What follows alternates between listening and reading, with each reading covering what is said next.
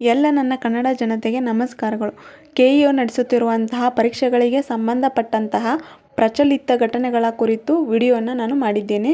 ಎಲ್ಲರೂ ಈ ವಿಡಿಯೋಗೆ ಲೈಕ್ ಮಾಡಿ, ಶೇರ್ ಮಾಡಿ, ಹಾಗೆ ನನ್ನ ಚಾನಲನ್ನು ಸಬ್ಸ್ಕ್ರೈಬ್ ಮಾಡಿ. ಇವತ್ತು ಅಂದರೆ 7ನೇ ತಾರೀಕು ಜನವರಿ 2026 ದಿನ ಸಂಬಂಧಪಟ್ಟಂತಹ ಪ್ರಚಲಿತ ಪ್ರಶ್ನೆಗಳು. ಮೊದಲನೇ ಪ್ರಶ್ನೆ, ಕರ್ನಾಟಕ ರಾಜಕೀಯ ಇತಿಹಾಸದಲ್ಲಿ ಅತಿ ಹೆಚ್ಚು ಕಾಲ ಮುಖ್ಯಮಂತ್ರಿಯಾಗಿ ಸೇವೆ ಸಲ್ಲಿಸಿದ ಡಿ. ದೇವರಾಜ ಅರಸು ಅವರ ದಾಖಲೆಯನ್ನು ಇತ್ತೀಚೆಗೆ ಯಾರು ಸರಿಗಟ್ಟಿದ್ದಾರೆ? Option A B. S. Yediyurappa, option B Siddaramaiah, option C S. M. Krishna, option D Ramakrishna Hegde. Option B Siddaramaiah is a right answer. CM Siddaramaiah ಅವರು ಕರ್ನಾಟಕ ರಾಜ್ಯದ ಮುಖ್ಯಮಂತ್ರಿಯಾಗಿ ಅತಿ ಹೆಚ್ಚು ಏನು ಮಾಡಿದ್ದಾರೆ ಅಂದರೆ ಬಡವರಿಗಾಗಿರ್ಬೋದು, ಹಾಗೆ ದೀನ ದಲಿತರಿಗೆ ಪ್ರತಿಯೊಬ್ಬರಿಗೂ ಕೂಡ ಏನು ಮಾಡಿದ್ದಾರೆ, ಅನೇಕ ರೀತಿಯ ಯೋಜನೆಗಳನ್ನು ಈ ಸರ್ಕಾರ ಕ್ರಮಗಳನ್ನು ಕೈಗೊಂಡಿದೆ. ಹಾಗೆ ಕರ್ನಾಟಕ ರಾಜ್ಯದಲ್ಲಿ ಅತಿ ಹೆಚ್ಚು ದೀರ್ಘಾವಧಿ ಕಾಲ ಮುಖ್ಯಮಂತ್ರಿಯಾಗಿ ಸೇವೆ ಸಲ್ಲಿಸಿದಂಥ ಎರಡನೇ ವ್ಯಕ್ತಿ ಯಾರು ಅಂದರೆ ಡಿ. ದೇವರಾಜ ಅರಸು. ಇವರು 7 ವರ್ಷ 239 ದಿನಗಳ ಕಾಲ ಏನು ಮಾಡಿದ್ದಾರೆ, ಕರ್ನಾಟಕ ರಾಜ್ಯದ ಮುಖ್ಯಮಂತ್ರಿಯಾಗಿ ಸೇವೆಯನ್ನು ಸಲ್ಲಿಸಿದ್ದಾರೆ. ಹಾಗೆ ಮೂರನೇ ವ್ಯಕ್ತಿ ಯಾರಂದರೆ ಎಸ್. ನಿಜಲಿಂಗಪ್ಪ ಅವರು. ಇವರು 7 ವರ್ಷ 175 ದಿನಗಳ ಕಾಲ ಕರ್ನಾಟಕ ರಾಜ್ಯದ ಮುಖ್ಯಮಂತ್ರಿಯಾಗಿ ಸೇವೆಯನ್ನು ಸಲ್ಲಿಸಿದ್ದಾರೆ. ಹಾಗೆ ನಾಲ್ಕನೇ ವ್ಯಕ್ತಿ ಯಾರಂದರೆ ರಾಮಕೃಷ್ಣ ಹೆಗಡೆ ಅವರು. ಇವರು 5 ವರ್ಷ 216 ದಿನಗಳ ಕಾಲ ಏನು ಮಾಡಿದ್ದಾರೆ, ಕರ್ನಾಟಕ ರಾಜ್ಯದ ಮುಖ್ಯಮಂತ್ರಿಯಾಗಿ ಸೇವೆಯನ್ನು ಸಲ್ಲಿಸಿದ್ದಾರೆ.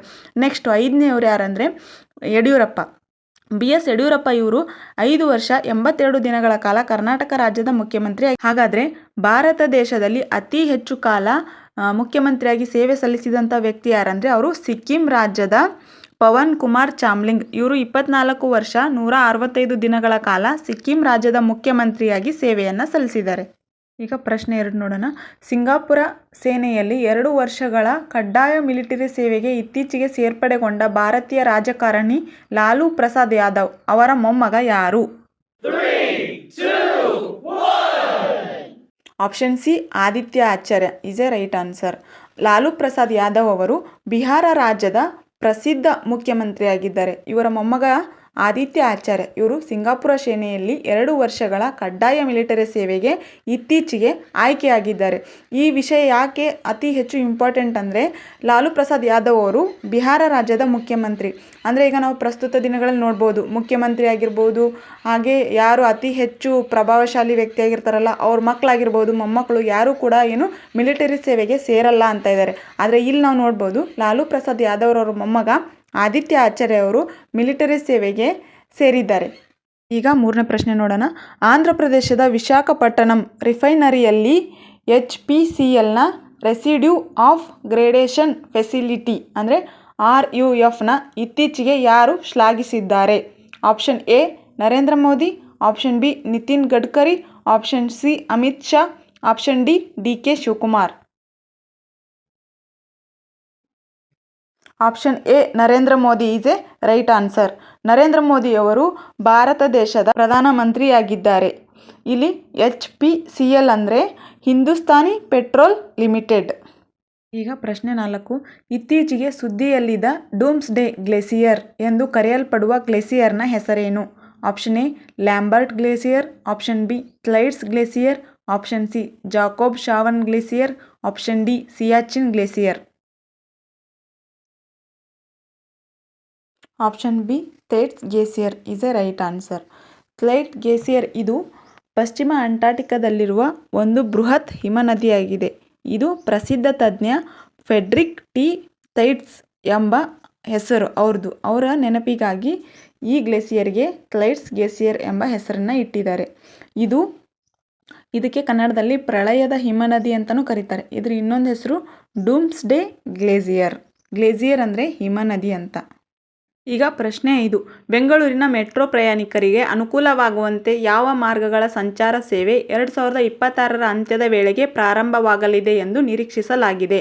ಆಪ್ಷನ್ ಎ ಗ್ರೀನ್ ಲೈನ್ ಮತ್ತು yellow line, option B purple line ಮತ್ತು silver line, option C pink line ಮತ್ತು blue line, option D red line ಮತ್ತು orange line. Option C pink line ಮತ್ತು blue line is a right answer. 2026 ಅಂತ್ಯದ ವೇಳೆಗೆ ಪ್ರಾರಂಭವಾಗಲಿರುವ pink line ಮತ್ತು blue line ಇದರಲ್ಲಿ pink line Kalena ಅಗ್ರಹಾರದಿಂದ ನಾಗಾದವರೆಗೆ ಸಂಪರ್ಕವನ್ನು ಕಲ್ಪಿಸಿದರೆ ಬ್ಲೂ ಲೈನ್ ಸಿಲ್ಕ್ ಬೋರ್ಡ್ನಿಂದ KR ಪುರಂವರೆಗೆ 2026 ಡಿಸೆಂಬರ್ ಅಂತ್ಯದ ವೇಳೆಗೆ ಪ್ರಾರಂಭವಾಗುತ್ತದೆ. ಈಗ 6ನೇ ಪ್ರಶ್ನೆ ನೋಡೋಣ. ಇತ್ತೀಚೆಗೆ ಭಾರತದ ಯಾವ ರಾಜ್ಯವು ರಾಜ್ಯ ಹಸಿರು ಕಣಜ ನೀತಿಯನ್ನು ಘೋಷಿಸಿದೆ? Option A Kerala, option B Tamil Nadu, option C Karnataka, option D Telangana.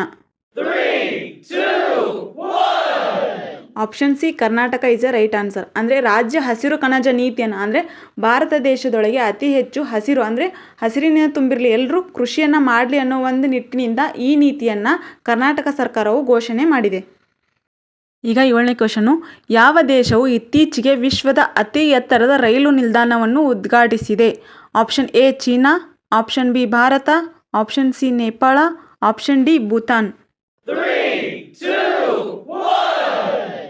Option A China is a right answer. ಅಂದರೆ ಇದು ವಿಶ್ವದ ಅತಿ ಎತ್ತರದ ರೈಲು ನಿಲ್ದಾಣ ಆಗಿದೆ. ಇದು ಚೀನಾದ ಟಿಬೆಟ್ ಎಲ್ಲಿ ಕಂಡುಬರುತ್ತದೆ. ಈ ರೈಲು ನಿಲ್ದಾಣದ ಹೆಸರು ಟ್ಯಾಂಗುಲ್ಲಾ ರೈಲು ನಿಲ್ದಾಣ. ಹಾಗೆ ವಿಶ್ವದ ಅತಿ ಎತ್ತರದ ರೈಲು ಸೇತುವೆ ಎಲ್ಲಿ ಕಂಡುಬರುತ್ತಂದರೆ ನಮ್ಮ ಭಾರತ ದೇಶದ ಜಮ್ಮು ಮತ್ತು ಕಾಶ್ಮೀರದಲ್ಲಿ ಕಂಡುಬರುತ್ತದೆ. ಈ ರೈಲು ಸೇತುವೆ ಹೆಸರು ಚೀನಾಬ್ ರೈಲು ಸೇತುವೆ. ಈಗ 8ನೇ ಕ್ವಶನ್ನು. ಭಾರತವು ಇತ್ತೀಚೆಗೆ ಯಾವ ಕ್ಷೇತ್ರದಲ್ಲಿ ವಿಶ್ವದಲ್ಲಿ ಮೊದಲ ಸ್ಥಾನವನ್ನು ಪಡೆದಿದೆ? ಆಪ್ಷನ್ ಎ ಗೋಧಿ ಉತ್ಪಾದನೆ, ಆಪ್ಷನ್ ಬಿ ಹಾಲು ಉತ್ಪಾದನೆ, ಆಪ್ಷನ್ ಸಿ ಅಕ್ಕಿ ಉತ್ಪಾದನೆ, ಆಪ್ಷನ್ ಡಿ ಸಕ್ಕರೆ ಉತ್ಪಾದನೆ. ಆಪ್ಷನ್ ಸಿ ಅಕ್ಕಿ ಉತ್ಪಾದನೆ ಇಸ್ ಎ ರೈಟ್ ಆನ್ಸರ್. ಭಾರತವು ಇತ್ತೀಚೆಗೆ ಅಕ್ಕಿ ಉತ್ಪಾದನೆಯಲ್ಲಿ ಮೊದಲ ಸ್ಥಾನವನ್ನು ಪಡೆದಿದೆ. ಅಂದರೆ ಮೊದಲು ಅಕ್ಕಿ ಉತ್ಪಾದನೆಯಲ್ಲಿ ಚೀನಾ ಪ್ರಥಮ ಸ್ಥಾನವನ್ನು ಪಡೆದಿತ್ತು. ಭಾರತವು ಚೀನಾವನ್ನು ಹಿಂದಿಕ್ಕಿ ಅಕ್ಕಿ ಉತ್ಪಾದನೆಯಲ್ಲಿ ಮೊದಲ ಸ್ಥಾನವನ್ನು ಪಡೆದಿದೆ. ಗೋಧಿ ಉತ್ಪಾದನೆಯಲ್ಲಿ ಚೀನಾವು ಮೊದಲ ಸ್ಥಾನದಲ್ಲಿದೆ. ಹಾಲು ಉತ್ಪಾದನೆಯಲ್ಲಿ ಭಾರತ ದೇಶವೇ ಮೊದಲ ಸ್ಥಾನವನ್ನು ಮೊದಲಿಂದನೂ ಪಡ್ಕೊತಾನೆ ಬಂದಿದೆ. ಹಾಗೆ ಆಪ್ಷನ್ ಡಿ ಸಕ್ಕರೆ ಉತ್ಪಾದನೆ. ಈ ಸಕ್ಕರೆ ಉತ್ಪಾದನೆ ಬ್ರೆಜಿಲ್ ಮೊದಲ ಸ್ಥಾನವನ್ನು ಪಡೆದಿದೆ. ಈಗ 9ನೇ ಪ್ರಶ್ನೆ. ಇತ್ತೀಚೆಗೆ ರಕ್ಷಣಾ ಸಚಿವ ರಾಜನಾಥ್ ಸಿಂಗ್ ಅವರು ಉದ್ಘಾಟಿಸಿದ ಕರಾವಳಿ ರಕ್ಷಣಾ ಹಡಗು ಯಾವುದು? ಆಪ್ಷನ್ ಎ ಸಮುದ್ರ ಶಕ್ತಿ, ಆಪ್ಷನ್ ಬಿ ಸಮುದ್ರ ಪ್ರಹಾರಿ, ಆಪ್ಷನ್ ಸಿ ಸಮುದ್ರ ಪ್ರತಾಪ, ಆಪ್ಷನ್ ಡಿ ಸಾಗರ ರಕ್ಷಕ. ಆಪ್ಷನ್ ಸಿ ಸಮುದ್ರ ಪ್ರತಾಪ ಇಸ್ ಎ ರೈಟ್ ಆನ್ಸರ್. ಈ ಸಮುದ್ರ ಪ್ರತಾಪವನ್ನು ಗೋವಾದಲ್ಲಿ ಉದ್ಘಾಟನೆ ಮಾಡಿದ್ದಾರೆ. ಇದು ಅತಿ ದೊಡ್ಡ ಕರಾವಳಿ ರಕ್ಷಣಾ ಹಡಗು ಅಂತ ಹೇಳ್ಬಿಟ್ಟು ಪ್ರಸಿದ್ಧಿಯನ್ನು ಪಡೆದಿದೆ. ಈಗ 10ನೇ ಕ್ವಶನ್ನು. 2026 ICC T20 ಕ್ರಿಕೆಟ್ ವಿಶ್ವಕಪ್ಪನ್ನು ಯಾವ ದೇಶಗಳು ಆಯೋಜಿಸಲಿವೆ? ಆಪ್ಷನ್ ಎ ಭಾರತ ಮತ್ತು ಪಾಕಿಸ್ತಾನ, ಆಪ್ಷನ್ ಬಿ ಭಾರತ ಮತ್ತು ಆಸ್ಟ್ರೇಲಿಯಾ, ಆಪ್ಷನ್ ಸಿ ಭಾರತ ಮತ್ತು ಬಾಂಗ್ಲಾದೇಶ, ಆಪ್ಷನ್ ಡಿ ಭಾರತ ಮತ್ತು ಶ್ರೀಲಂಕಾ. ಆಪ್ಷನ್ ಡಿ ಭಾರತ ಮತ್ತು Sri Lanka is a right answer. ಅಂದರೆ 2026 ICC T20 ವಿಶ್ವಕಪ್ಪನ್ನು ಈ ವರ್ಷ ಭಾರತ ಮತ್ತು ಶ್ರೀಲಂಕಾ ಆಯೋಜಿಸಲಿದೆ. ಈ ICC T20 ಕ್ರಿಕೆಟ್ ವಿಶ್ವಕಪ್ಪು ಫೆಬ್ರವರಿ 7ರಿಂದ ಮಾರ್ಚ್ 8ನೇ ತಾರೀಕಿನವರೆಗೂ ನಡೆಯಲಿದೆ. ಇದು ಪಾಕಿಸ್ತಾನ ಮತ್ತು ನೆದರ್ಲ್ಯಾಂಡಿನ ನಡುವೆ ಶ್ರೀಲಂಕಾದ ಕೊಲಂಬೋದಲ್ಲಿ ICC T20 ಕ್ರಿಕೆಟ್ ವಿಶ್ವಕಪ್ ಉದ್ಘಾಟನೆಯನ್ನು ಮಾಡಲಿದ್ದಾರೆ. ಈಗ 11ನೇ ಪ್ರಶ್ನೆ. ISO ಅಥವಾ IEC 42001 ಪ್ರಮಾಣಪತ್ರ ಪಡೆದ ಭಾರತದ ಮೊದಲ ಪೇಮೆಂಟ್ ಕಂಪನಿ ಯಾವುದು? Option A Paytm, option B Razorpay, option C FSS, option D PhonePe. Option C FSS is a right answer. FSS ಅಂದರೆ ಫೈನಾನ್ಷಿಯಲ್ ಸಾಫ್ಟ್ವೇರ್ ಆ್ಯಂಡ್ ಸಿಸ್ಟಮ್ ಅಂತ ಹೇಳ್ಬಿಟ್ಟು ಕರೀತಾರೆ. ಇದು ISO ಅಂದರೆ ಇಂಟರ್ನ್ಯಾಷನಲ್ ಸ್ಟ್ಯಾಂಡರ್ಡ್ಸ್ ಆರ್ಗನೈಜೇಷನ್ ಅಂದರೆ ಅಂತಾರಾಷ್ಟ್ರೀಯ ಗುಣಮಟ್ಟ ಸಂಸ್ಥೆ.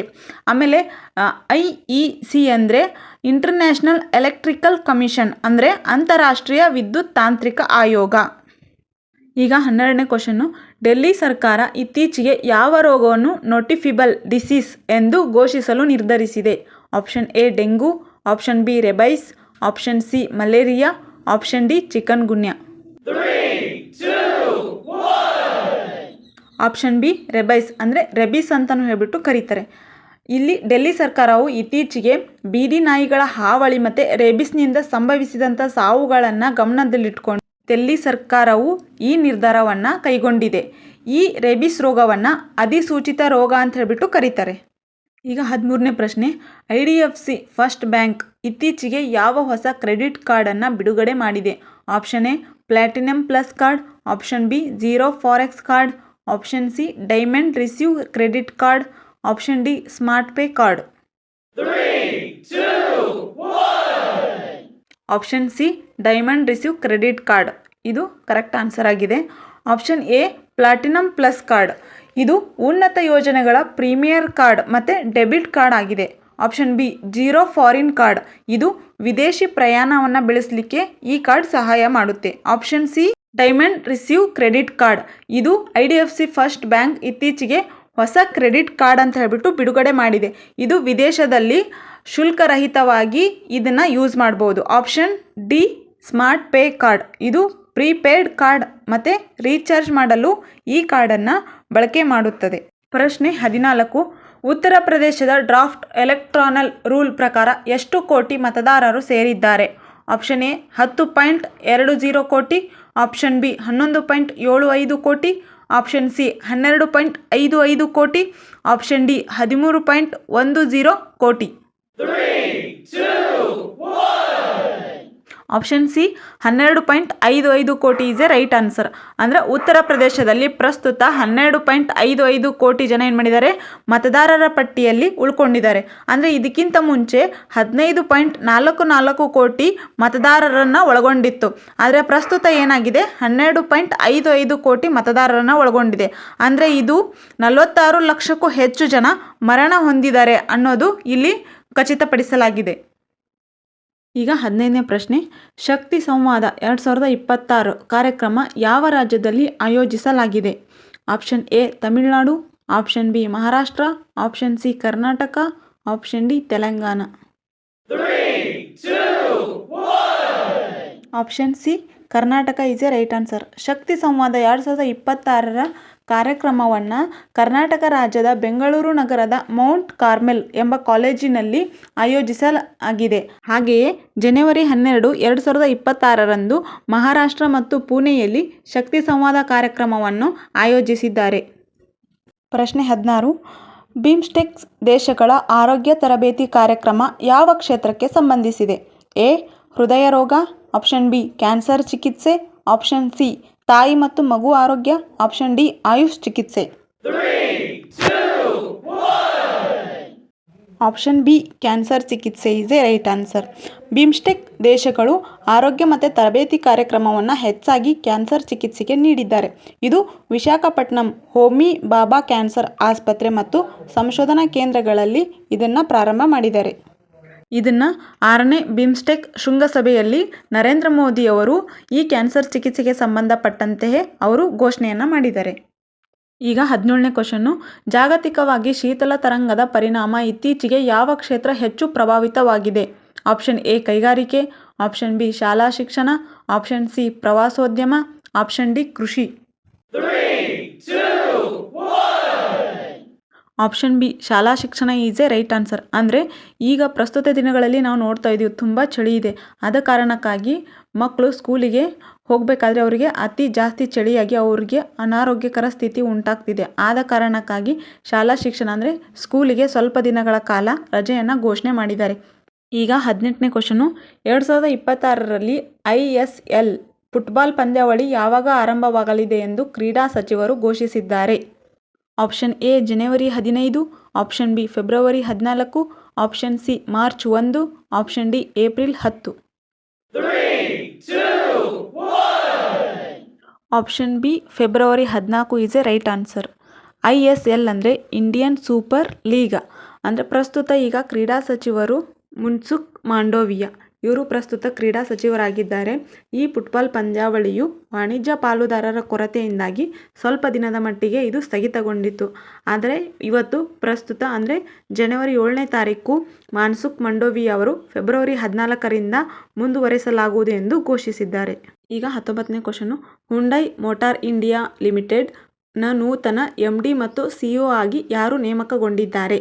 Option A Sanjay Gupta, option B Tarun Garg, option C Rohit Sabharwal, option D Ashish Chauhan. Option B Tarun Garg is a right answer. Hyundai Motor India ಲಿಮಿಟೆಡ್ನ ನೂತನ MD ಮತ್ತು CEO ಆಗಿ ತರುಣ್ ಗಾರ್ಗ್ ಅವರು ನೇಮಕಗೊಂಡಿದ್ದಾರೆ.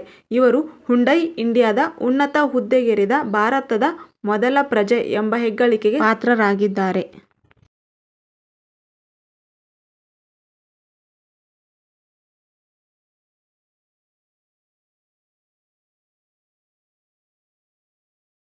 ಈಗ 20ನೇ ಕ್ವಶನ್ನು. ಇತ್ತೀಚೆಗೆ ಸುದ್ದಿಯಲ್ಲಿದ್ದ ಕ್ಯಾಲಮರಿಯಾ ಮಿಜೋರಾಮೆನ್ಸಿಸ್ ಯಾವುದಕ್ಕೆ ಸಂಬಂಧಿಸಿದೆ? ಆಪ್ಷನ್ ಎ ಹೊಸ ಜಾತಿಯ ಹಾವು, ಆಪ್ಷನ್ ಬಿ ಹೊಸ ತಳಿಯ ಮೀನು, ಆಪ್ಷನ್ ಸಿ ಹಕ್ಕಿ ಜ್ವರದ ವೈರಸ್, ಆಪ್ಷನ್ ಡಿ ಒಂದು ಬಗೆಯ ಶಿಲೀಂಧ್ರ. ಆಪ್ಷನ್ ಎ ಹೊಸ ಜಾತಿಯ ಹಾವು ಇಸ್ ಎ ರೈಟ್ ಆನ್ಸರ್. ಇದು ಮಿಜೋರಾಂನಲ್ಲಿ ಸಂಶೋಧಕರು ಈ ಒಂದು ಹಾವು ಹೊಸ ಜಾತಿಯ ಹಾವು ಎಂದು ಪತ್ತೆ ಹಚ್ಚಿದ್ದಾರೆ. ಕಾರಣ, ಈ ಹೊಸ ಜಾತಿಯ ಹಾವು ಇದು ವಿಷವನ್ನು ಹೊಂದಿಲ್ಲ. ಅಂದರೆ ನಾವು ಗಮನಿಸ್ಬೋದು, ಪ್ರತಿಯೊಂದು ಹಾವು ಕೂಡ ವಿಷವನ್ನು ಹೊಂದಿದೆ, ಆದರೆ ಈ ಹೊಸ ಜಾತಿಯ ಹಾವು ವಿಷಕಾರಿಯ ಆಗಿಲ್ಲ ಅಂತ ಹೇಳ್ಬಿಟ್ಟು ಹೇಳಿದ್ದಾರೆ. KA, PC, PSI ಹಾಗೆ ಆಲ್ ಕಾಂಪಿಟೇಟಿವ್ ಎಕ್ಸಾಮ್ಗೆ ಸಂಬಂಧಪಟ್ಟಂತಹ ಪ್ರಚಲಿತ ಘಟನೆಗಳ ಕುರಿತು ನಿಮಗೇನಾದರೂ ಮಾಹಿತಿ ಬೇಕಾಗಿದ್ದರೆ ನನ್ನ ವಿಡಿಯೋವನ್ನು ನೋಡಿ. ಹಾಗೆ ನನ್ನ ಚಾನಲ್ ಕನ್ನಡ ಲೈಫ್ ಸಕ್ಸಸ್. ನನ್ನ ವಿಡಿಯೋ ಇಷ್ಟ ಆದರೆ ಲೈಕ್ ಮಾಡಿ, ಶೇರ್ ಮಾಡಿ, ಹಾಗೆ ಸಬ್ಸ್ಕ್ರೈಬ್ ಮಾಡಿ. Thank you.